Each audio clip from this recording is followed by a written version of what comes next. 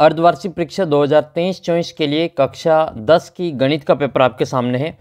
70 number का आपके paper होगा और 3.25 घंटे का आपको समय मिलेगा। आपका जो पूरा पेपर है वो बोर्ड के पेपर पैटर्न पर आधारित है। जैसा आपका बोर्ड का पेपर आएगा वैसा वैसा आपके अर्धवार्षिक का पेपर आने वाला है। ये आपके सामने जो पेपर है वो अर्धवार्षिक का पेपर हो चुका है, वो वाला पेपर है। 2023-24 का पेपर ये हो चुका है। तो अगर आपके गणित का पेपर होना बाकी है तो अगर आप इस वीडियो को शुरू से अंत तक देख लेंगे तो निश्चित रूप से आपके जो गणित में 70 में से 50 से ज़्यादा ही नंबर आपके जो इस पेपर से बन जाएंगे। तो वीडियो को शुरू से अंत तक देखना और इन सवालों को अच्छे से हल कर लेना, आपके काफ़ी अच्छे नंबर गणित में बन जाएंगे। आइए वीडियो को शुरू करते हैं। और पेपर की जो PDF है वो आपको ऐप के ऊपर मिल जाएगी, ऐप को डाउनलोड कर लेना। साथ ही ऐप के ऊपर आपको बोर्ड परीक्षा के जो मॉडल पेपर है वो भी डाल रखे, वो भी देख लेना। और 10वीं क्लास का व्हाट्सअप ग्रुप भी ज्वाइन कर सकते हैं, उसका भी लिंक इस वीडियो के नीचे डिस्क्रिप्शन बॉक्स में दे रखा है। ये अपने व्हाट्सअप नंबर है 7568350069। आपको गणित में किसी भी सवाल में समस्या हो तो आप उसकी फ़ोटो खींचकर हमें इस नंबर पे भेज देना, उसका समाधान आपको वहाँ पे वीडियो के रूप में भेज दिया जाएगा। और आप अपना पेपर इस नंबर पे भेज सकते हैं।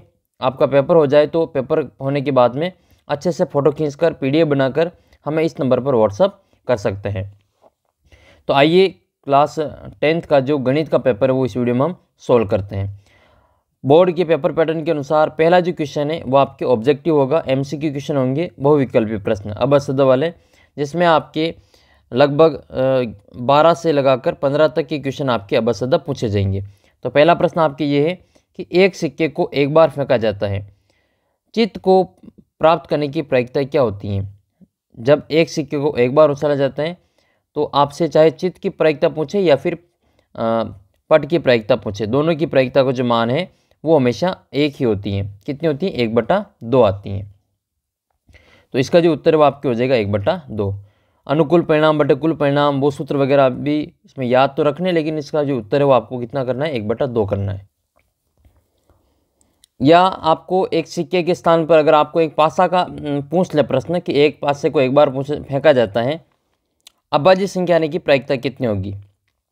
चाहे वो अभाज्य संख्या की पूछे, चाहे वो सम संख्या की पूछे, चाहे वो विषम संख्या की पूछे, सभी के उत्तर कितने होते हैं? 1/2 ही आते हैं। क्योंकि अभाज्य संख्या में हम लेंगे 2, 3 और 5, अनुकूल परिणाम 3, कुल परिणाम 6, तो 3/6 1/2 होगा। सम संख्या में लेंगे हम 2, 4 और 6, इसमें भी 3 ही अंक है तो 3/6 यानी कि 1/2। विषम संख्या में 1, 3 और 5, इसमें भी 3 ही है तो 3/6 1/2 ही होगा। तो सम संख्या प्राप्त करने की प्रायिकता, विषम संख्या प्राप्त करने की प्रायिकता, इन सभी के लिए जो अनुकूल परिणाम जो होंगे वो 3 ही होंगे और कुल परिणाम 6 होंगे। तो प्रायिकता कितनी आ जाएगी? 1/2 आ जाएगी। दूसरा प्रश्न है इसका कि बंटन है 4, 7, 5, 3, 4, 3, 7, 4, 1, 2। इसमें आपको बहुलक ज्ञात करना है कि बहुलक कितना है। इसमें 4 कितनी बार आए? 4 आया इसमें 1 बार, 2 बार और ये 3 बार, और 3 है इसमें 2 बार, 5 इसमें 1 बार है और 1 1 बार है और 2 1 बार है। तो सबसे ज़्यादा बार आ रहा है इसमें 4। तो हमारा जो बहुलक है वो क्या हो जाएगा? 4 हो जाएगा। जो सबसे ज़्यादा बार आता है, जो अंक सबसे ज़्यादा बार दिखे वो अपना बहुलक हो जाएगा। जब भी आपको मोड फाइंड करना हो या फिर बहुलक निकालना हो तो सबसे ज़्यादा बार कौन आ रहा है वही अपना उत्तर हो जाएगा। और ये क्वेश्चन तो बोर्ड परीक्षा में कई बार आया हुआ है। तो इसका उत्तर कितना लिखेंगे? इसका उत्तर लिखेंगे 4 लिखेंगे। मान लो इनका माध्य ज्ञात करना है तो सभी को जोड़ के जितनी संख्या उतने का भाग दे देंगे।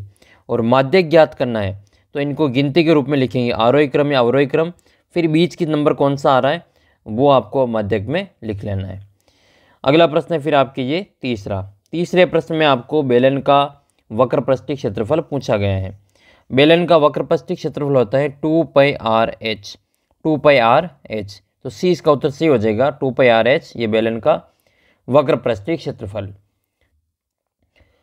वक्रपृष्ठीय का मतलब उस बेलन के ऊपर ढक्कन नहीं है, उस बेलन के नीचे पेंदा नहीं है, खोखला बेलन है, आर पार जिसके हम देख सकते हैं, उसका जो क्षेत्रफल ज्ञात करना है तो वक्रपृष्ठीय क्षेत्रफल होगा, सूत्र होता 2πRh।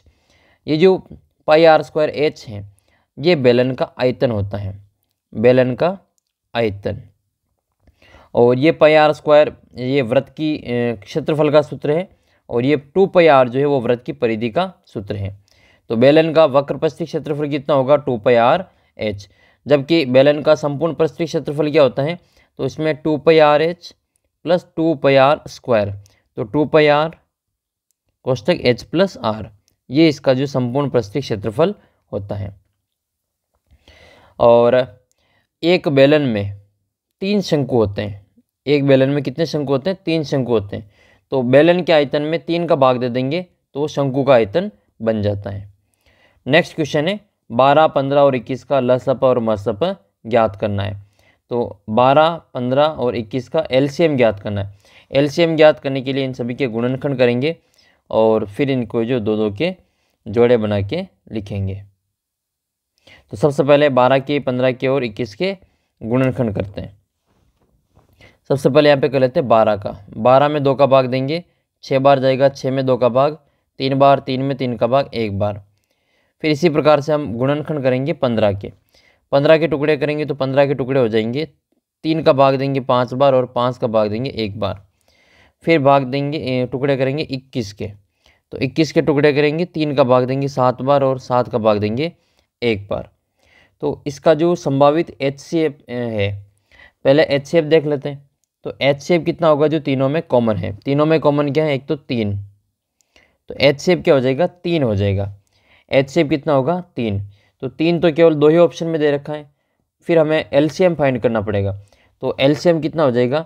जो 3 है तो उसको एक बार लिखना ही है, वो 3 तो एक बार आएगा ही आएगा। जो बचे हुए हैं 2 2, फिर यहाँ पे 5 और यहाँ पे 7, तो 2 × 2 × 5 × 7, तो 2 पंजे 10 और ये हो जाएगा आपके 2 तिया 6 और 6 7 42, और 42 को 10 से गुणा करेंगे तो कितना आ जाएगा? 420 आ जाएगा। तो एलसीएम कितना आएगा इसमें? 420, और एचसीएफ कितना आ जाएगा? 3 आ जाएगा। तो 420 और 3 वाला जो उत्तर है वो अपना करेक्ट आंसर होगा। तो फर्स्ट ऑप्शन इसका करेक्ट आंसर है 420 और 3। अगला जो प्रश्न है इसमें आपसे पूछा गया है कि 2 पासों को एक साथ फेंकने पर संभावित परिणाम कितने होंगे? एक पासे को एक बार फेंकेंगे तो 6 की घात 1 6 परिणाम प्राप्त होंगे। एक पासे को 2 बार फेंकेंगे तो 6 की घात 2 6 × 6 बराबर 36 परिणाम प्राप्त होंगे। तो इसका जो उत्तर है वो कितना हो जाएगा?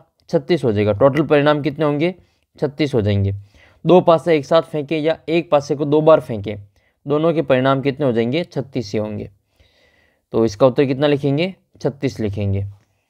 अगला जो प्रश्न है इसमें पूछा गया है कि एक बहुपद है t² - 15, इसके शून्यकों की संख्या कितनी होगी? तो आपको पता होना चाहिए कि ये शून्य कितनी घात वाला है। शून्य उतने ही होते हैं जितने की उसकी घात होती है। तो ये 2 घात वाला एक बहुपद है। n घात वाले के n शून्यक होते हैं, तो 2 घात वाले की कितने शून्यक होंगे? 2 शून्यक हो जाएंगे, क्योंकि इसकी घात 2 है तो इसके शून्यक भी 2 ही होंगे। 0 कितने हो जाएंगे इसके? Zeros, number of zeros of in polynomial t² - 15, ये हो जाएंगे कितने? आपके 2। अगर आपको इसके शून्यक ज्ञात करने हैं तो इसके बराबर में 0 लिखना पड़ेगा। इसका उत्तर तो 2 हो जाएगा, लेकिन इसका शून्यक पूछ ले कितना है, कौन कौन से शून्यक हैं। तो ये लिखेंगे हम t² - 15 बराबर 0। तो ये हो जाएगा t² बराबर 15, यानी कि t बराबर कितना आएगा? √15। एक बार प्लस लिखेंगे, एक बार माइनस। तो t के इसमें 2 मान आएंगे, माइनस के √15 और प्लस के √15। ये सवाल दे रखा आपकी किताब में, इसका जो शून्य के वो आपके 2 होंगे। अगला प्रश्न 7वां, बिंदु P x, y की मूल बिंदु से दूरी ज्ञात करनी। अब मूल बिंदु की दूरी ज्ञात करने के बीच की, तो हमेशा ध्यान रखना जब भी मूल बिंदु से दूरी ज्ञात करनी हो उन दोनों का स्क्वायर करके फिर इसको प्लस करके √ करना होता है। तो मूल बिंदु क्या हो जाएगा इसमें? O 0,0 हो जाएगा। तो इसका जो मूल बिंदु का जो सूत्र है वो मान है, ये मूल बिंदु के निर्देशांक होते हैं 0,0। तो इसका जो दूरी सूत्र लगाएंगे तो वो होगा x2 - x1 का whole square plus y2 - y1 का होल स्क्वायर। तो ये इसमें 0 हो जाएगा। तो Px में से 0 घटाएंगे तो x का स्क्वायर, और y में से 0 को घटाएंगे तो y का स्क्वायर। तो √x² + y² इसका उत्तर होगा, जो कि आपके ऑप्शन नंबर 6 में दे रखा है। तो सी आंसर इसका करेक्ट आंसर हो जाएगा। आपसे ऐसे भी पूछा जा सकता है कि मूल बिंदु की बिंदु 3,4 के बीच की दूरी ज्ञात कीजिए। तो आपको क्या करना है? √3 का स्क्वायर करना है प्लस 4 का स्क्वायर करना है। 3 का स्क्वायर 9, 4 का स्क्वायर 16, तो 16 और 9 कितने हो जाएंगे? 25। √25 का मान कितना आ जाएगा, 5 आ जाएगा। तो ऐसे भी आपको मान ज्ञात करने के लिए कहा जा सकता है। अगला प्रश्न 8वां ये, यदि x + y = 5 हो तो इसको संतुष्ट करने वाला युग्म कौन सा है। यहाँ पर x और y का मान देख के रखना है कि किसको जोड़ने पे 5 आ रहे हैं। 2 + 2 करेंगे तो 4 आएगा, 2 + 3 करेंगे तो 5 हो जाएगा। तो x की जगह पे 2 लिखेंगे और y की जगह पे 3 लिखेंगे, तो दोनों को जोड़ने पे 5 हो जाएगा। तो 2 + 3 यानी कि ये है हमारा समीकरण x + y = 5। x की जगह पे 2 और y की जगह पे 3 लिखेंगे तो 2 और 3 5 हो रहे, तो अपना जो उत्तर है वो आपके 2 और 3 हो जाएगा। 2 और 2 लिखेंगे तो 4 ही होगा, 1 और 3 4 ही है, 3 और 1 4 ही है, तो 2 + 3 करेंगे तो इसका आंसर 5 हो जाएगा। 9वां सवाल है आपके, समीकरण ax² + bx + c = 0 a is not equal to 0 के मूल वास्तविक होंगे। मूल वास्तविक कब होंगे, जब इसका जो मान है b² - 4ac, इसका जो मान है b² - 4ac, इसका मान 0 से बड़ा होगा। 0 से बड़ा होने पर भी वास्तविक ही होते हैं और 0 के बराबर होने पर भी वास्तविक ही होते हैं। तो इसके उत्तर दोनों है। इसमें आपको ऐसे अगर क्वेश्चन बनेंगे तो मूल वास्तविक और बराबर, तो वास्तविक और बराबर होगा तो ये ए उत्तर हो जाएगा, और वास्तविक और अलग अलग होंगे तो ये बी वाला उत्तर हो जाएगा। जबकि मूल काल्पनिक कब होते हैं, जब b² - 4ac का जो मान है वो 0 से छोटा होता है, माइनस में होता है। इस b² - 4ac को विवेचक कहा जाता है। इसको क्या कहते हैं, विवेचक, डिस्क्रिमिनेंट कहा जाता है। और इसको ज्ञात करने के लिए, इसका मान ज्ञात करने के बाद में हमें द्विघात समीकरण के मूल की प्रकृति पता चल जाती है। अगला प्रश्न है फिर आपके कि tan 45 का मान कितना होता है। tan 45 का मान कितना होता है, आसान है, tan 45 cot 45 बराबर ही होते हैं, एक उत्तर होता है। जितना मान tan 45 का है उतना ही मान cot 45 का होता है। तो tan 45 और cot 45 सेम ही होते हैं, दोनों का मान 1 होता है। प्रश्न ऐसे बन जाए कि tan 45 + cot 45, तो 1 + 1 = 2 हो जाएगा, लेकिन ये tan 45 अकेला है तो इसका उत्तर 1 ही होगा। अगला प्रश्न इसमें 11वां, एक समांतर श्रेणी दे रखी है, इसका आपको सारवंतर ज्ञात करना है। सारवंतर ज्ञात करने के लिए आपको सूत्र लगाना पड़ेगा, सारवंतर d बराबर क्या लिखेंगे, a2 - a1, दूसरे पद में से पहले पद को घटाएंगे। दूसरा पद का मान इसमें 1 है और पहले पद का मान इसमें 3 है। 1 में से 3 को घटा लेंगे तो उत्तर कितना आ जाएगा, -2। देखो 3, 1, -1 और -2, उत्तर क्या हो जाएगा, -2। आपके ऑप्शन नंबर डी में दे रखा -2, यही इसका आंसर है। फिर ये 3 क्या है, तो 3 जो है वो आपके प्रथम पद है। जो प्रथम पद है उसका जो मान है वो कितना है, a = 3 है। तो ये थोड़ा सा ध्यान रखना है, पहला पद ये 3 होता है और d का मान सारवंतर, इन दोनों का अंतर कितने का अंतर है, तो दूसरे पद में से पहले पद को घटाते हैं। छोटी बड़ी संख्या नहीं देखते हैं, दूसरे पद में से पहले पद को घटा लेते हैं। जो d का मान होता है सारवंतर, वो धनात्मक भी हो सकता है, वो ऋणात्मक भी हो सकता है और वो 0 भी हो सकता है, शून्य भी हो सकता है। तो ये आपको विशेष तौर पे ध्यान रखना है। फिर आपके अगला प्रश्न है दूसरा, इसमें आपको रिक्त स्थानों की पूर्ति करनी है। देखो 5 - √3 कैसी संख्या है, 5 - √3 एक अपरिमेय संख्या है, क्योंकि परिमेय और अपरिमेय संख्या को जब हम घटाएंगे तो उत्तर हमेशा अपरिमेय ही आएगा। तो इसका उत्तर क्या लिखेंगे, अपरिमेय संख्या। अपरिमेय संख्या वे होती है जिसको हम p/q के रूप में नहीं लिख सकते और उसके ऊपर √1 ने एक अंडर होता है। अंडर के अंदर अगर आपके पूर्ण वर्ग संख्या है, जैसे 16 है, 25 है, तो वो फिर आपके परिमेय होगी। तो परिमेय संख्या आपके p/q के रूप में लिख सकते हैं, जहाँ पर q का मान 0 नहीं होना चाहिए। तो क्या 0 एक परिमेय संख्या है, तो हाँ 0 एक परिमेय संख्या है, क्योंकि 0 को 0/1 के रूप में लिख सकते हैं। ऊपर 0 हो सकता है लेकिन नीचे 0 नहीं होना चाहिए। तो q का मान 0 के अलावा कुछ भी हो सकता है। तो ध्यान रखना है, ये एक अपरिमेय संख्या है। √2 एक अपरिमेय संख्या है, √3 अपरिमेय संख्या है, 2 √3 एक अपरिमेय संख्या है, या 5 - √2 एक अपरिमेय संख्या है। इसके अलावा पाई भी एक अपरिमेय संख्या है। पाई जो है जिसका मान हम 22/7 लेते हैं, वो लगभग में लेते हैं, बाकी इसका जो मान है वो 3.14 आगे से अनंत तक ये जाता रहता है। तो पाई भी एक अपरिमेय संख्या है। दूसरा प्रश्न है, त्रिज्या r वाले वृत्त के एक त्रिज्य खंड जिसका कोण अंशों में थीटा है, संगत चाप की लंबाई कितनी होती है। तो इसमें चाप की लंबाई ज्ञात करने का आपको सूत्र निकालना है। वो चाप की लंबाई एल बराबर होता है थीटा बटे 360 इंटू, ये चाप की लंबाई क्या होता है, वृत्त का जो परिधि होती है उसका भाग होता है। तो वृत्त की परिधि का सूत्र होता है 2πr। अगर इसी में आपको इसका क्षेत्रफल ज्ञात करना हो कि ये कितना क्षेत्रफल में है, तो 2πr की जगह पे क्या कर देना है, πr² कर देना है। ये तो एक क्षेत्रफल का सूत्र, एरिया का क्षेत्रफल, जबकि चाप की लंबाई क्या है, थीटा बटे 360 इंटू 2πr। जैसा पूछे वैसा फिर आपको उत्तर लिख लेना है। अगला प्रश्न है फिर आपके तीसरा, ये 9sec² a माइनस 10² a। इसमें आपको यहाँ पर ये मिस्टेक हुई है, प्रिंटिंग मिस्टेक है ये, यहाँ पर ये 9 है, ठीक है, इसका मान ज्ञात करना है। तो ये आपकी किताब का सवाल है, हूबहू उठा के दिया गया है वहाँ से। तो ये 9 कॉमन आ जाएंगे और अंदर बचेगा यहाँ पे sec² a माइनस 10² a। और sec² a माइनस 10² a का जो मान है वो 1 होता है। 9 इंटू 1 कितना हो जाएगा, इसका उत्तर 9 होगा। ऐसे आपके ऐसे पूछ ले cos² 30 प्लस sin² 30 का मान कितना होगा, तो इसका उत्तर भी हमेशा 1 आता है। तो sin² theta plus cos² theta का जो मान है वो कितना होता है, वो 1 होता है। ध्यान रखना है ये आपको विशेष तौर पे। चौथा क्वेश्चन है, किसी वृत्त की स्पर्श रेखा उससे कितने बिंदुओं पर प्रतिच्छेद करती है।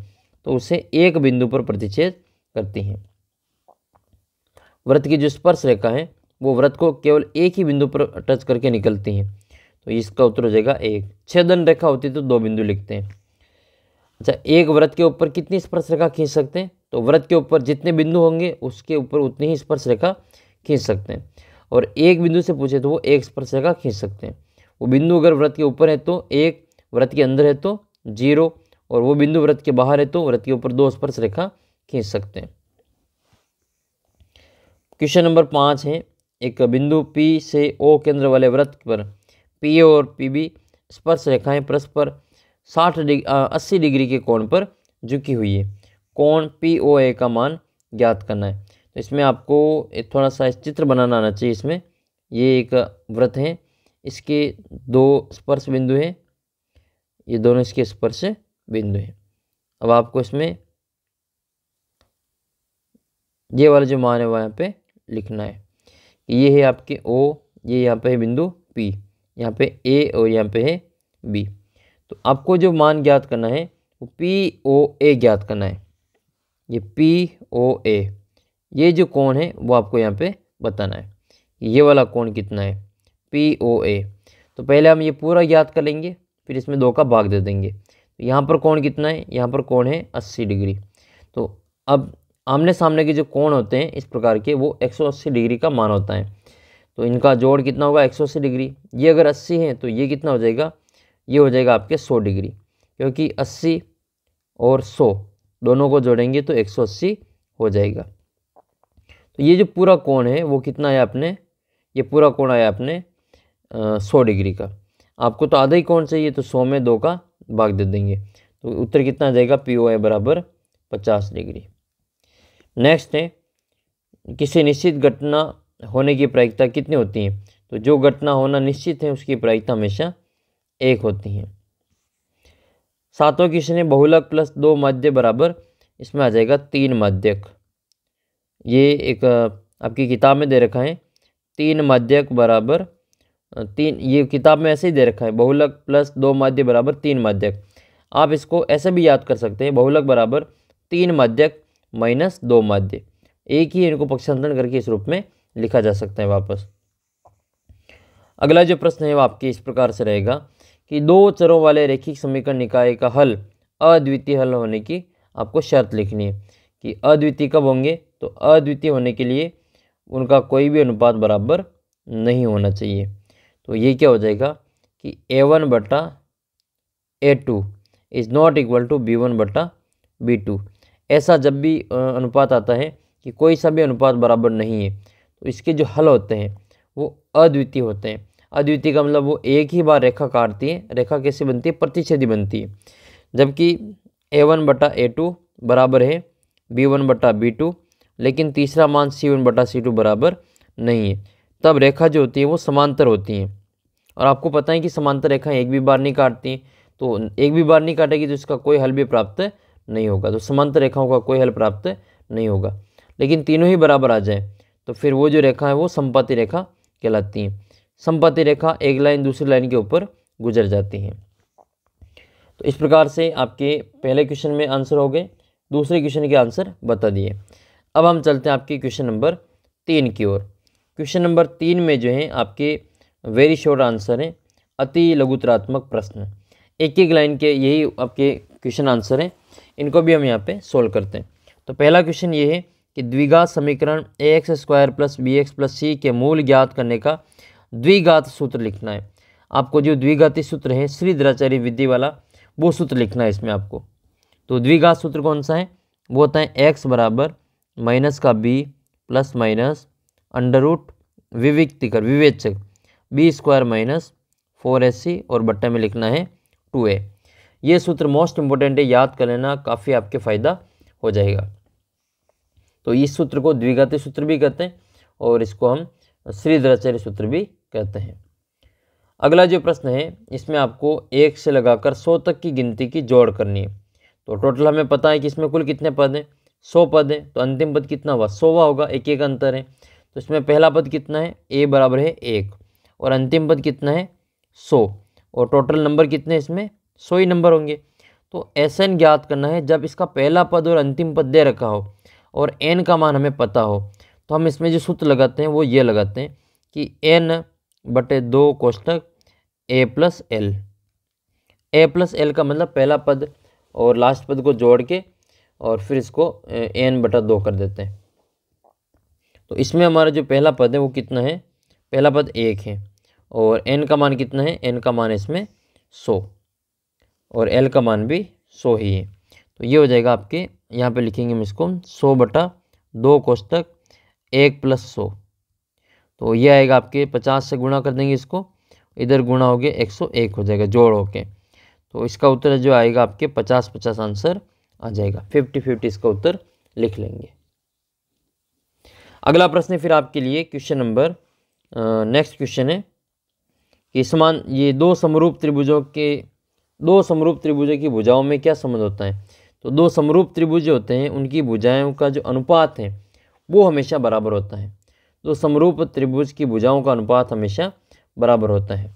अगला प्रश्न फिर आपके ये क्वेश्चन नंबर 4। इसमें आपको 2 tan 30 + 1 + tan² 30 का मान ज्ञात करना है।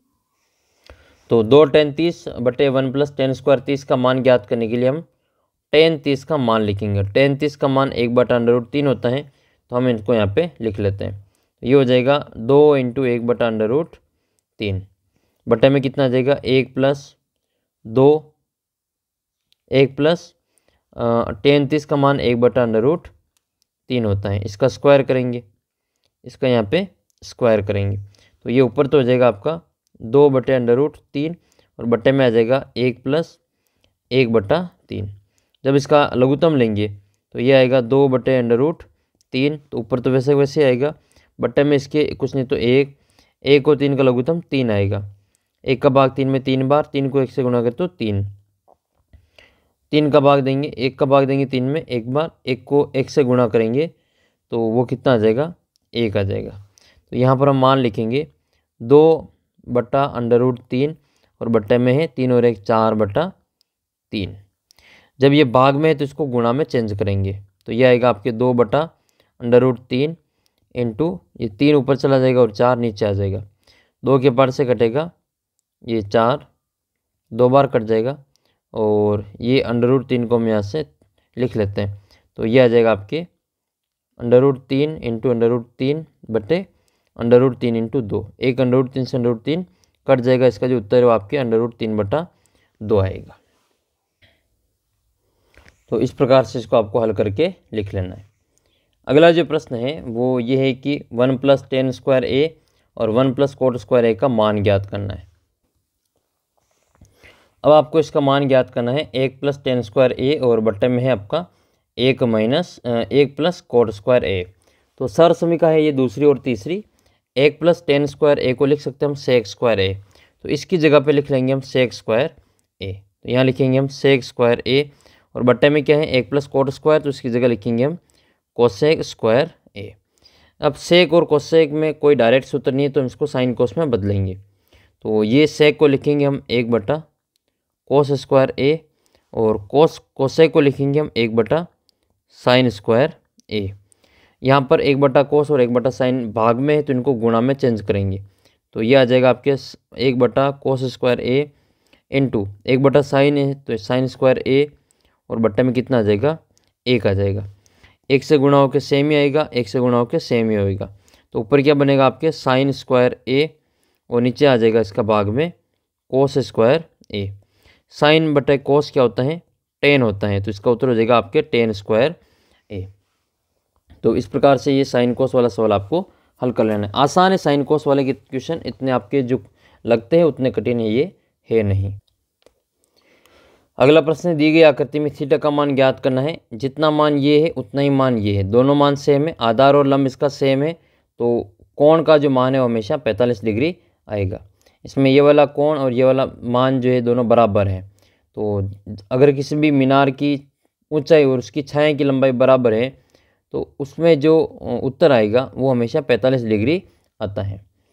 अगला प्रश्न फिर आपकी ये क्वेश्चन नंबर 8। एक बिंदु Q से वृत्त पर स्पर्शरेखा की लंबाई 24 सेंटीमीटर है और Q से केंद्र की दूरी 25 सेंटीमीटर है। वृत्त की त्रिज्या ज्ञात कीजिए। बिंदु Q से जो वृत्त की स्पर्शरेखा की लंबाई है वो है आपके 24 सेंटीमीटर और Q की केंद्र से जो दूरी है वो आपके है 25 सेंटीमीटर। तो आपको वृत्त की त्रिज्या ज्ञात करनी। सबसे पहले इसका चित्र बना लेते हैं, फिर आपको इसकी त्रिज्या भी ज्ञात करना सिखाते हैं। एक बाहर बिंदु है Q और यहाँ से स्पर्श रेखा की जो लंबाई है ये PQ एक स्पर्श रेखा, इसकी लंबाई दे रखी है आपको 24 सेंटीमीटर, जबकि इसे Q बिंदु की उसके केंद्र O से जो दूरी है वो दे रखा आपको यहाँ पे 25 सेंटीमीटर।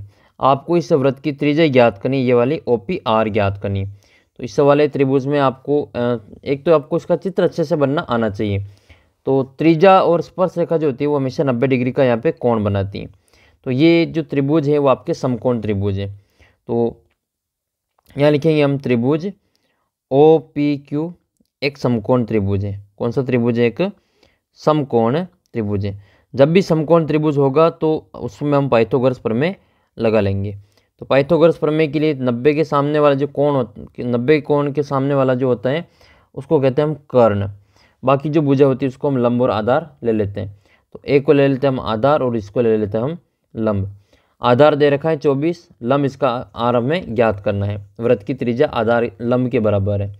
तो कर्ण कितना है 25। तो पाइथागोरस प्रमेय लगाएंगे हम इसमें पाइथागोरस प्रमेय से। तो पाइथागोरस प्रमेय कौन कौन सी इसमें कौन सी लगेगी इसमें? तो पाइथागोरस प्रमेय क्या होती है? कर्ण स्क्वायर बराबर आधार स्क्वायर प्लस लंब स्क्वायर। तो कर्ण स्क्वायर बराबर आधार स्क्वायर प्लस लंब स्क्वायर। कर्ण का मान 25 है तो यहाँ पे लिखेंगे हम 25 का स्क्वायर। आधार कितना है 24, तो 24 का स्क्वायर। लंब हमें ज्ञात करना है तो लंब की जगह पे हम OP लिख लेंगे या R लिख लेंगे। तो OP का स्क्वायर। तो ये 25 का स्क्वायर कितना हो जाएगा 625 बराबर 24 का स्क्वायर होता है 576 प्लस OP का स्क्वायर। तो यहाँ पर हमें OP का मान ज्ञात करना है। OP का मतलब R वृत्त की त्रिज्या है। 625 में से 576 घटा लेते हैं तो ये आ जाएगा आपके 625 माइनस 576। 625 माइनस 576 बराबर OP का स्क्वायर। कितने बचेंगे? 15 में से 6 गए तो 9 और 11 में से 7 जाएगा तो 4 बराबर OP का स्क्वायर। OP का मान ज्ञात करना है तो स्क्वायर हटाएंगे तो OP बराबर हो जाएगा √49। तो OP का मान कितना आएगा आपके 7 सेंटीमीटर। तो करेक्ट आंसर हो जाएगा इसमें वृत्त की जो त्रिज्या है वो कितनी है 7 सेंटीमीटर। अगला प्रश्न फिर ये 9वां प्रश्न है। द्विघात बहुपद x² प्लस 7x प्लस 10 इसके शून्य ज्ञात करने। इंपॉर्टेंट क्वेश्चन है ये, आपके उदाहरण भी दे रखा है। उदाहरण से पूछा गया है ये x² प्लस 7x प्लस 10। तो बहुपद जो है वो आपके सामने इस प्रकार से x² प्लस 7x प्लस 10। इसके हम गुणनखंड विधि से शून्य ज्ञात करेंगे। x के 2 मान प्राप्त होंगे क्योंकि इसकी घात कितनी है 2 है। तो x के 2 मान इसमें ज्ञात करने। तो इसकी तुलना करेंगे हम इसके मानक समीकरण मानक रूप से ax² plus bx plus c से। तो a का मान कितना है 1 है, b का मान 7 है और c का मान 10 है। अब आपको गुणा करना है ए को सी से, इधर साइड में गुणा कर लेंगे, ए को सी से गुणा करना है। ए का मान 1, सी का मान 10। अब आपको 10 के गुणनखंड करने, 10 को गुणनखंड में तोड़ना है। तो 10 को क्या क्या लिखेंगे, 10 को लिखेंगे 1 इंटू 10 या फिर 2 इंटू 5, वापस लिखेंगे 5 इंटू 2, तो वही बात है ऊपर लिख रखी है, तो इनको हम ये 2 ही लिखेंगे। इसमें से हमें वो जोड़ा उठाना है जिनको गुणा करने पर तो 10 आ रहा है और जोड़ने या घटाने पे 7 आ रहा है। तो 5 और 2 वाला सही रहेगा इसके लिए। तो ये आ जाएगा आपके x² plus 2x plus 5x plus 10। यहाँ पर हम x को कॉमन निकालेंगे, यहाँ बचेगा x प्लस 2। सेम वापस आगे भी कोष्टक में ऐसे ही x प्लस 2 बचना चाहिए, तो हम प्लस के 5 निकालते हैं, यहाँ बचेगा x प्लस 2। एक बार लिखेंगे x प्लस 2, एक बार लिखेंगे x प्लस 5। x प्लस 2 बराबर 0 लिखेंगे और x प्लस 5 बराबर भी 0 लिखेंगे। x का मान माइनस का 2 आ जाएगा इधर, और x का मान इधर माइनस के 5 आ जाएंगे। तो x के इस प्रकार से आपको 2 मान ज्ञात कर लेने हैं। अगला प्रश्न फिर आपके ये 10वां है, 21 सेमी त्रिज्या वाले वृत्त के एक त्रिज्य खंड का क्षेत्रफल ज्ञात करना है। ये जो सवाल है वो आपके प्रश्नावली है, 12वीं प्रश्नावली उसका सवाल है, ठीक है, 12.2 का सवाल। तो इसमें r बराबर कितना है, r बराबर 21 सेंटीमीटर है और थीटा का जो मान है वो 60 डिग्री इसमें दे रखा है। तो कोण और त्रिज्या दे रखी है, तो इसमें हम त्रिज्य खंड का क्षेत्रफल ज्ञात करेंगे सीधे, इसमें केवल सूत्र ही लगाना है। अच्छा, इसमें केवल यही पूछा है त्रिज्य खंड, इसका मतलब लघु त्रिज्य खंड का क्षेत्रफल ही ज्ञात करना है। सवाल में हमें दे रखा है त्रिज्या r बराबर 21 सेंटीमीटर और कोण थीटा बराबर 60 डिग्री। फिर हम इसमें क्या करेंगे, जो ज्ञात करना है इसका सूत्र लगाएंगे। तो त्रिज्य खंड का क्षेत्रफल ज्ञात करना है, तो हम यहाँ पे सूत्र लगाएंगे त्रिज्य खंड का क्षेत्रफल। तो त्रिज्य खंड का क्षेत्रफल क्या होता है, त्रिज्य खंड का क्षेत्रफल होता है थीटा बटे 360। ये होता है थीटा बटे 360 इंटू क्षेत्रफल है, तो हमें लगाना पड़ेगा यहाँ पे पाई r²। देखो पाई का मान जब तक नहीं कहे तब तक आपको 22/7 ही रखना है, क्योंकि जब भी r का मान ऐसी संख्या देंगे जिससे 7 के पार से कट जाए, तो फिर पाई का जो मान है वो 22/7 ही रखना है। तो यहाँ पर r और थीटा के मान लिख लेते हैं। थीटा की जगह पे लिखेंगे 60, तो यहाँ पर आ जाएगा आपके 60/360 इंटू पाई का मान वही लिखेंगे 22/7 और गुणा में r का मान कितना है 21, तो 21 इंटू 21, या तो 21 का स्क्वायर कर दो या 21 इंटू 21 कर दो। तो इनको हम यहाँ पे काटेंगे, तो देखो 1 0 से ये 1 0 कट जाएगा, 6 के पार से 36 कटेंगे 6 बार, फिर ये 7 के पार से 21 कटेंगे 3 बार, 3 के पार से 3 को काटेंगे 1 बार और 6 को काटेंगे 2 बार, फिर हम 2 के पार से 2 को काटेंगे 1 बार और 22 को काटेंगे 11 बार। तो कौन कौन इसमें संख्या बच रही है ऊपर अपनी, तो संख्या जो ऊपर बची हुई है वो केवल आपके 2 ही अंक है, एक तो 11 और एक है 21, बाकी सभी को हमने काट दिया है। तो 11 के पार से 21 को गुणा करना है, तो इसका जो उत्तर है वो आपके 231 हो जाएगा। 11 एकम 11, और अगला प्रश्न है, अगला जो गुणा है वो 2 बार बोलना है। 11 दूनी 22, 22 और 1 23, तो 231 इसका आंसर आ जाएगा, 231। तो इस प्रकार से आपको त्रिज्य खंड का क्षेत्रफल ज्ञात कर लेना है। अगर परिधि का ये चाप की लंबाई पूछ ले तो यहाँ पे पाई r² की जगह पे क्या करना है, थीटा बटे 360 इंटू 2 पाई r करना है, बस। बाकी पूरा सवाल सेम ही रहेगा, मान लिखना है। फिर आपके अगला प्रश्न है, यदि PE बराबर 0.05 है तो E नहीं की प्रायिकता क्या होगी। सवाल में दे रखा है PE किसी भी घटना के होने की प्रायिकता दे रखी है, PE बराबर 0.05, उसमें के नहीं होने की प्रायिकता ज्ञात करनी है। तो किसी भी घटना के होने की प्रायिकता PE प्लस उस घटना के नहीं होने की घटना जो प्रायिकता है उसका जोड़ हमेशा 1 होता है। तो होने की घटने की प्रायिकता दे रखी है 0.05 प्लस उस घटना के नहीं होने की प्रायिकता E नहीं बराबर कितना आ जाएगा 1। अब 0.05 को हम 1 में से घटाएंगे, तो PE नहीं यानी कि प्रायिकता E नहीं की क्या हो जाएगी, ये प्लस की संख्या इधर आएगी तो माइनस में चली जाएगी। तो 1 माइनस कितना लिखेंगे 0.05। तो 1 में से 0.05 को घटाएंगे तो ये 0.95 आंसर बचेगा। तो ई नहीं की जो प्रायिकता है वो कितनी हो जाएगी 0.095 आंसर हो जाएगा। घटाएंगे कैसे इसको 1.00 लिखेंगे क्योंकि दशमलव के बाद में यहाँ पर 2 अंक है तो यहाँ पर भी 2 जीरो लगाना पड़ेगा। तो 0.05 उधार लेंगे चाहे यहाँ से तो यहाँ 9 हो जाएगा और यहाँ पे 10 हो जाएगा। 10 में से 5 गए तो 5, 9 के 9 यहाँ पे 0। तो 0.95 इसके आंसर है। फिर आपके एक सवाल दे रखा है ये खंड ब में कि सिद्ध कीजिए कि 7√5 एक अपरिमेय संख्या है। उदाहरण भी है, एक सवाल भी है, ये उसको वैसे वैसे याद कर लेना और आपको वहाँ पे छाप के आ जाना है। 5वां क्वेश्चन है एक द्विघात बहुपद ज्ञात कीजिए जिसके शून्यकों का योग और गुणनफल √2 और 1/3 है। तो आपको ये द्विघात बहुपद ज्ञात करना है। तो इस सवाल में आपको शून्यकों का योगफल दे रखा है और शून्यकों का गुणनफल दे रखा है, यानी कि यहाँ पर जो दे रखा है वो अल्फ़ा प्लस बीटा दे रखा है। अल्फ़ा प्लस बीटा कितना है 2 है और यहाँ अल्फ़ा इंटू बीटा, तो अल्फ़ा इंटू बीटा कितना है 1/3 है। इसका सीधा जो फॉर्मूला है वो आपको याद करना है, द्विघात बहुपद बराबर द्विघात बहुपद बराबर क्या हो जाएगा p, ये हो जाएगा यहाँ पे x² माइनस शून्यकों का योग यानी कि alpha plus beta into X plus शून्यकों का गुणनफल अल्फ़ा इंटू बीटा। बस इसमें आपको मान ही रखना है, ये हो जाएगा x² minus alpha plus beta कितना है वो है 2, तो इसका लिखेंगे हम 2x और प्लस अल्फ़ा इंटू बीटा का 1/3 है। तो ये हो जाएगा आपका नई x में एक बहुपद। यहाँ पर इस 3 को हटाना है तो 3 को पूरी समीकरण से भाग कर देते हैं, गुणा कर देते हैं। तो यहाँ पर आ जाएगा आपकी ये fx बराबर 3x² माइनस 3 दूनी 6x और प्लस में 1, यही इसका आंसर है। फिर आपके अगला सवाल है ये 6वां सवाल है कि एक द्विघात समीकरण में k का मान ज्ञात कीजिए यदि इसके दोनों मूल बराबर हैं। ये द्विघात समीकरण दे रखी है 2x² प्लस kx प्लस 3 बराबर 0। इसके दोनों मूल बराबर हैं तो आपको k का मान ज्ञात करना है। तो यहाँ पर एक द्विघात समीकरण ये दे रखी है 2x² प्लस kx प्लस 3 और इसके दोनों ही मूल बराबर हैं।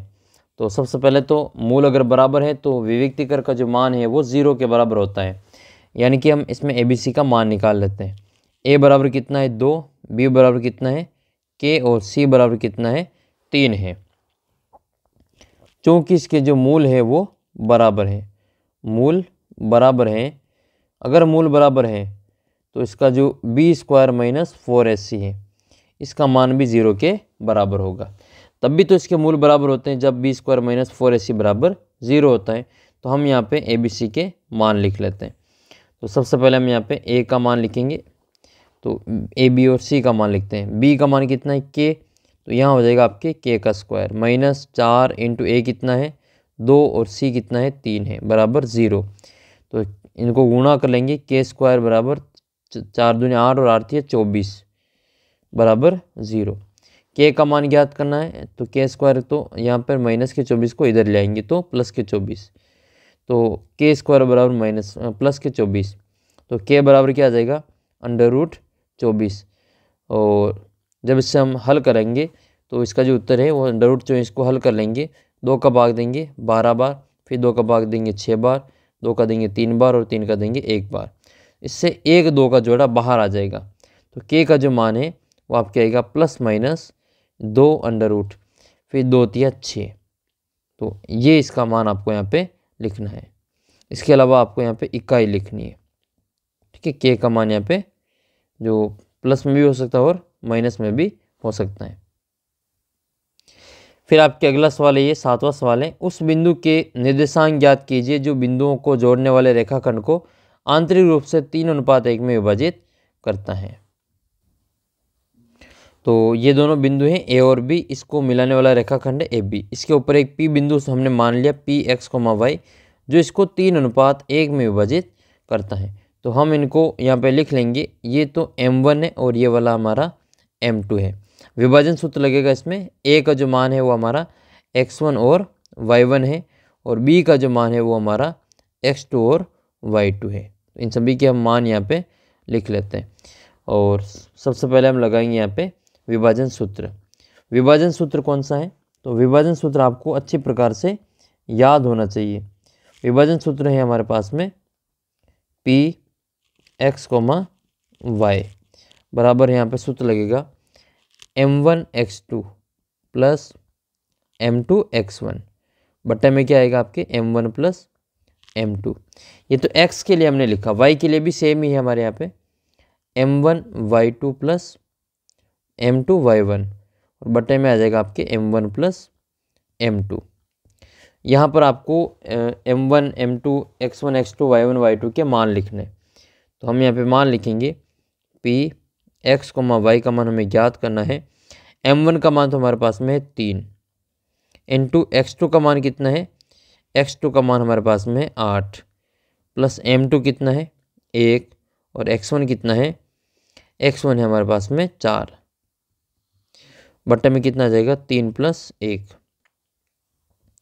नेक्स्ट है फिर आपके y के लिए, m1 का मान 3 इंटू y2 कितना है 5, प्लस m2 कितना है 1, और y1 कितना है माइनस का 3, और बट्टे में लिखेंगे हम 3 प्लस 1। अब आपको इसको हल करना है। हल करने के लिए आपको यहाँ पर थोड़ा सा पहले गुणा करना पड़ेगा, फिर जोड़।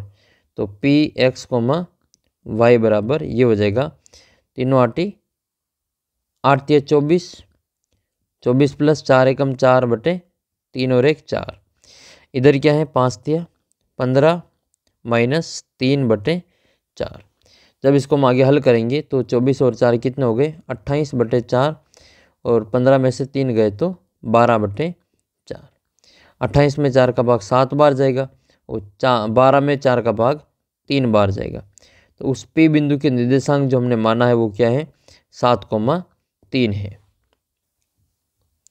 फिर सवाल नंबर 10 है ये, जिसमें दी गई आकृति में D समांतर है BC के, तो आपको AD का मान ज्ञात करना है। AD का मान कितना आएगा? तो यहाँ पर ये दे रखा है इस 10वें सवाल में कि D समांतर है BC के। ये एक त्रिभुज है जिसमें ये D जो भुजा है वो इस BC के समांतर है। अगर ये इसके समांतर है तो थेल्स प्रमेय के अनुसार जो हम लिखते हैं, ये अगर इसके समांतर हैं तो थेल्स प्रमेय के अनुसार, थेल्स प्रमेय से इनका जो अनुपात है वो भी बराबर होता है। अनुपात में क्या क्या है, वो हो जाएगा आपके AD बटे DB बराबर क्या है AE बराबर में है AE बटे EC। यहाँ पर इन सभी के मान लिख लेते हैं। त्रिभुज में मान दे ही रखें, थेल्स प्रमेय से अगर ये अनुपात बराबर है, ये समांतर है, तो इनका अनुपात बराबर होगा। AD का मान कितना है हमें ज्ञात करना है, तो AD का AD लिखेंगे, और DB कितना है 7.2, DB कितना है 7.2, तो AD बटे 7.2 बराबर AE कितना है 1.8, और ये EC कितना है 5.2। अब आपको यहाँ पे AD का मान ज्ञात करना है, तो इन सभी को यहाँ से क्रॉस गुणा कर लेते हैं। तो ये हो जाएगा आपके AD बराबर 1.8, इसके पॉइंट से इसका पॉइंट हट जाएगा, तो 18/54 इंटू 7.2। 18 × 18, 18 दूनी 36, 18 × 54। तो AD का मान ज्ञात करने के लिए 7.2 में हमें भाग देना पड़ेगा 3 का, तो 3 का भाग जाएगा इसमें आपके 3 दूनी 6.4, तो ये कितना हो जाएगा 2.4। AD का जो मान है वो कितना आएगा आपके 2.4 सेंटीमीटर, इसका आंसर होगा। अगला प्रश्न फिर आपके, एक ठोस एक अर्ध गोले पर खड़े एक शंकु के आकार का है जिसकी त्रिज्या 1 सेंटीमीटर है। शंकु की ऊंचाई उसकी त्रिज्या के बराबर है, तो इस ठोस का आयतन पाई के पदों में ज्ञात कीजिए। तो इसमें आपको चित्र बनाना है जिसमें एक ठोस के ऊपर एक ठोस अर्धगोला है, इसके ऊपर एक शंकु खड़ा है। तो ये इस प्रकार से तो बन जाएगा अर्धगोला, और इसी अर्धगोले के ऊपर आपको एक बनाना है शंकु। तो इसके ऊपर आपको एक शंकु इस प्रकार से बना लेना है। अब इसी शंकु की जो त्रिज्या है वो और इसकी जो ऊंचाई है वो सेम है, यानी कि अर्धगोले की त्रिज्या और इस शंकु की जो ऊंचाई है वो दोनों बराबर है। वो दोनों कितनी है, त्रिज्या जो है वो आपके दे रखी है 1 सेंटीमीटर। तो त्रिज्याएँ कितनी है, आर बराबर तो है 1 सेंटीमीटर और एच बराबर कितना है, शंकु की ऊंचाई वो भी 1 सेंटीमीटर। उत्तर जो निकालना है आपको पाई के पदों में निकालना है। ये जो आकृति बन रही पूरी वो कौन सी आकृति है, इसमें एक तो शंकु है और एक इसमें अर्धगोला है और दोनों का आयतन ज्ञात करना है शायद इसमें पाई के पदों में। तो आयतन ज्ञात करने के लिए पूरे खिलौने का आयतन कितना हो जाएगा, खिलौने का आयतन वो कितना आएगा, एक तो अर्धगोले का आयतन, इसमें लिखेंगे हम अर्धगोले का आयतन।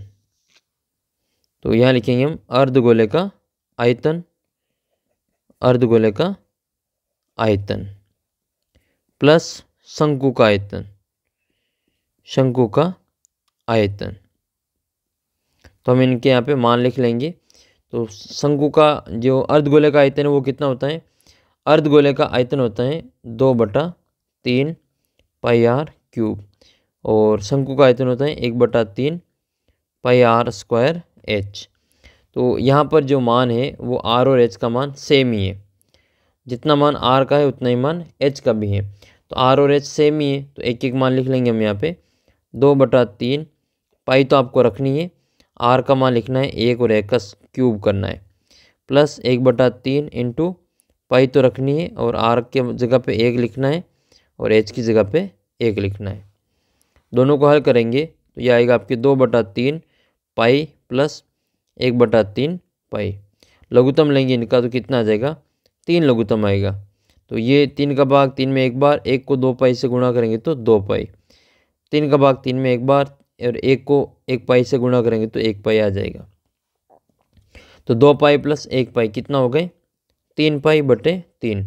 तो 3 के पारे से ये 3 कट जाएंगे तो आंसर जो आएगा वो आपकी 1 पाई आंसर होगा। तो उत्तर आपको पाई के पद में ही लगना है तो ये इसका आंसर हो जाएगा। अगला जो प्रश्न है, एक सारणी दे रखी 35 नगरों की साक्षरता दे रखी प्रतिशत में, इनकी माध्य साक्षरता ज्ञात करनी है। तो इसकी सारणी आपको इस प्रकार से दे रखी है ये, और इसमें आपको 45 से 55, 55 से 65, 65 से 75, 75 से 85 और 85 से 95 कोई सी भी विधि से आपको इसका साक्षरता दर ज्ञात करनी है, माध्य साक्षरता दर निकालनी है। तो सबसे पहले हम इसको सारणी के रूप में वापस लिखते हैं। तो साक्षरता दर लिखने के बाद में आपको यहाँ पे लिखना है फिर मध्यमान।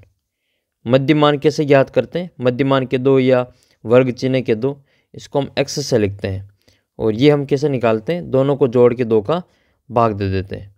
ठीक है, तो यहाँ पे 40, 45 और 55 ये निम्न सीमा है और ये ऊपरी सीमा है, इन दोनों को जोड़ेंगे और 2 का भाग देंगे तो ये हो जाएगा आपके 90 और 45 और 45 90 और 10 100, 100/2 बराबर कितना आ जाएगा, 50 आ जाएगा। तो 45 और 55 के बीच में क्या आता है, 50 ही आता है। तो यहाँ पे लिखेंगे 50, यहाँ पे आ जाएगा 60, 70, 80 और यहाँ पे 90। अब हम यहाँ पे लिखेंगे बारंबारता। तो नगरों की संख्या हमने लिख ली, बारंबारता। अब आपको fx निकालना है, f को x से गुणा करना है। तो यहाँ लिखेंगे हम यहाँ पे नया कॉलम fx। तो 3 को 50 से गुणा करेंगे तो ये हो जाएगा आपके 150, 3 और 5 15। 10 को 60 से गुणा करेंगे तो ये हो जाएगा आपके 600 और 70 को 11 से करेंगे तो 770, 80 को 8 से करेंगे तो 640, 90 को 3 से करें तो 9 27, 270। अब इन सभी की जोड़ करनी है, सिग्मा एफ बराबर सिग्मा एफ एक्स बराबर और सिग्मा एफ बराबर। तो ये कितने हो रहे हैं, ये तो आपके संख्या जो हो रही है वो 8 और 3 11, 11 और 11 22, 22 और 10 कितने हो गए 32, 32 और 3 35। तो यहाँ आ जाएगा आपके 35। fx में इनकी जोड़ कर लेते हैं 0, फिर 5 और 7 12 और 4 16, 16 और 6 कितने हो गए 23, हासिल के 2, 2 और 1 3, 3 और 6 9, 9 और 7, 9 और 7 हो गए 16, 16 और 6 22, 22 और 2 24। तो यहाँ पर जो संख्या आ रही है वो आपके 2430 है। सूत्र लगाएंगे इसमें, माध्य बराबर हो जाएगा एक्स बार बराबर सिग्मा एफ एक्स अपॉन में सिग्मा एफ। तो मान लिखेंगे हम 2430 और बट्टे में लिखेंगे 35। इनको हम 5 के पार्ट से काटते हैं। 5 के पार्ट से 24 कटेगा आपके 4 बार, 5 चौक 20, 43 कटेंगे 8 बार, और यहाँ पे है फिर आपके 30। 30 में 5 का भाग जाएगा 6 बार, और बटे में 7। फिर 7 के पार्ट से इसको काट लेते हैं। 7 छंग 42, 7 7 49, कम पड़े तो 7 छंग 42, ये हो जाएंगे आपके 46। वापस 7 छंग 42, ठीक है, और 7 छंग 42 और कितने बचेंगे 46, तो 4 बचेंगे 40। 10 लगेंगे, 7 पंजे 35, और फिर आपके 5 बचेंगे 50 हो जाएगा, तो 7 7 49। तो माध्य साक्षरता दर कितनी है 66.59, यानी कि 66.60 भी इसका उत्तर हो सकता है। अगला प्रश्न है फिर आपके वृत्तखंड का क्षेत्रफल ज्ञात करना है। अगर उसके वृत्त की जो त्रिज्या है वो 21 सेंटीमीटर है और केंद्र पर कोण कितना है 60 डिग्री का कोण है। तो आर और थीटा का मान दे रखा है 21 और 60।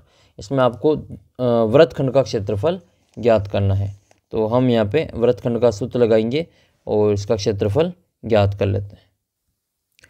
तो अगला जो इसमें हम सोल्व करते हैं, आर का और थीटा का मान लिख के, थीटा का मान इसमें आपके 60/360 इंटू पाई का मान 22/7 इंटू आर यानी कि 21 इंटू 21, ठीक है, और माइनस में कितना है 21 का स्क्वायर बटे 2, और गुणा में लिखना है आपको साइन 60।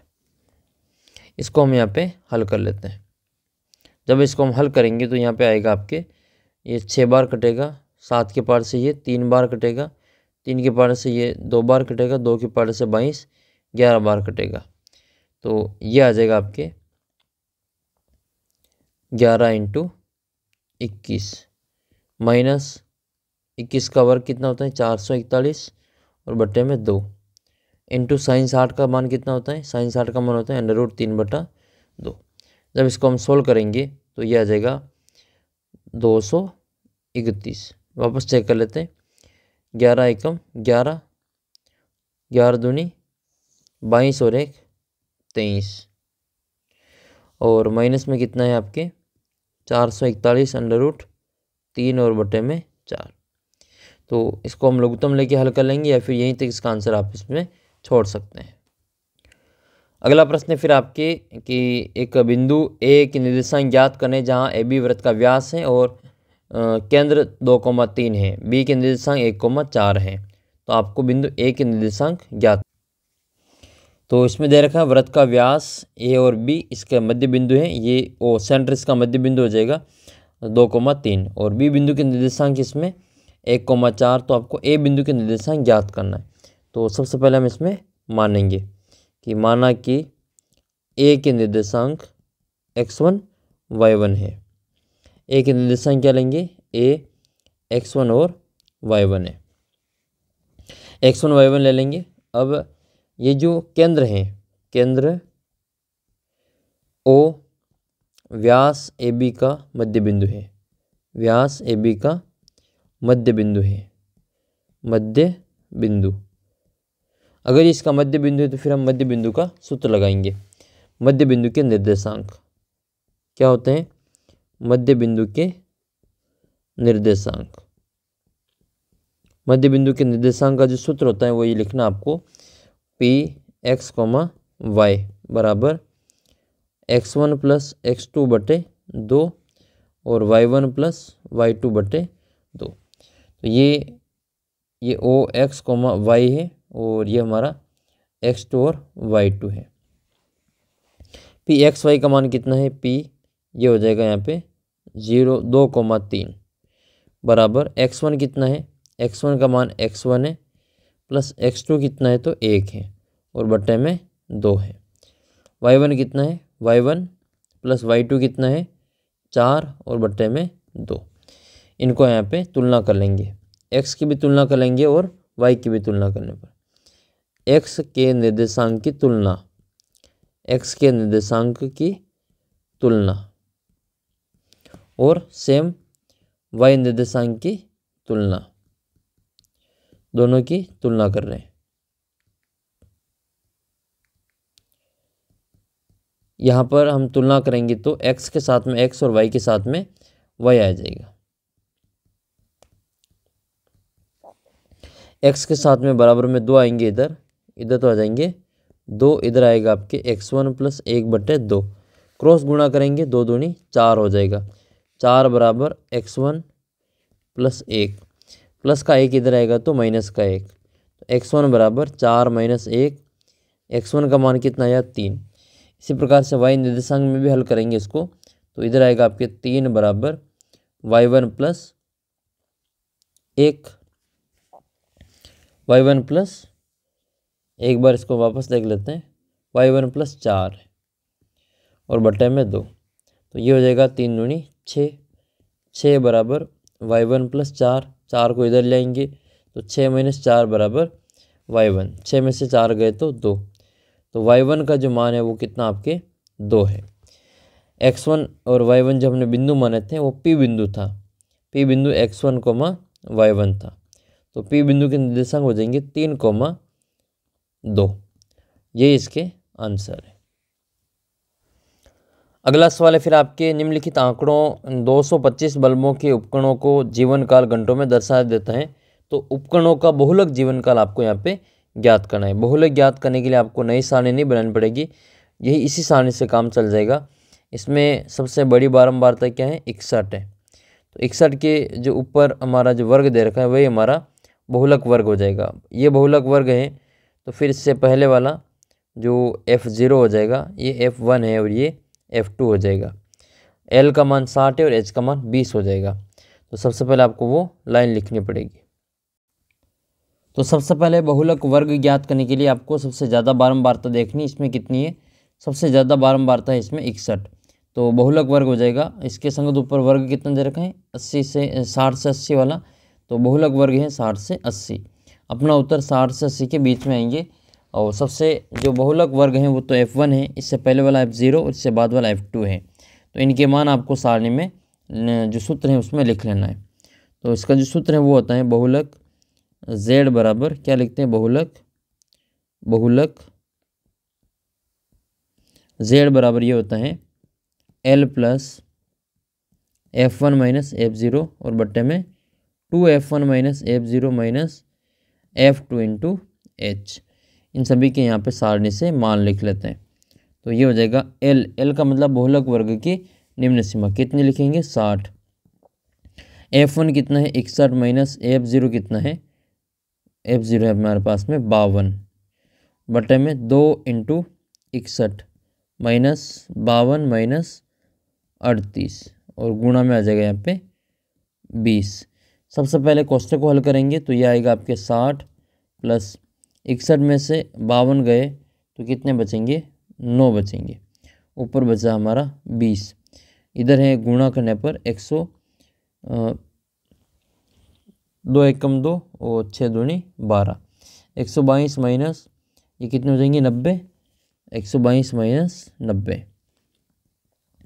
यहाँ लिखेंगे हम 60 प्लस इनको माइनस कर लेते हैं 9 दूनी 18, 180 और नीचे कितने बचेंगे ये 12 में से 0 गए तो 2 के 2 और 12 में से 9 गए तो 3, तो 180 और 32 को हम काट लेंगे, 8 के पार से काटेंगे तो 8 दूनी 16, 8 के पार से नहीं कटेगा ये पूरा, 4 के पार से काट लेते हैं, तो 4 के पार से 60 प्लस 4 के पार से 4 चौक 16 और 4 पंजे 20 और बटे 4 8 32, 45 में 8 का भाग देंगे तो 60 प्लस 5 8 40, 45 में 8 का तो 5 बार जाएगा इसमें भाग 40, कितने बचेंगे 5 0 लगाएंगे 10.50 में जाएगा आपके 6 बार 6 8 48, कितने बचेंगे 2 20,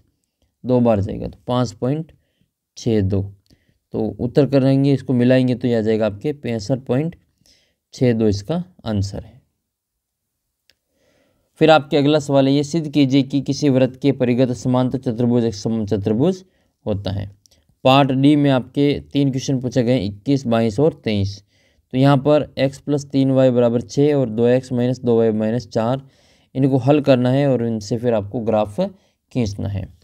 22वें सवाल में आपको सिद्ध करना है, सिद्ध कीजिए कि √1 - sin a और बट्टे में 1 + sin a बराबर sec a + tan a है, या फिर आपको cosec a - sin a sec a - cos a बराबर √1/tan a + cot लाना है।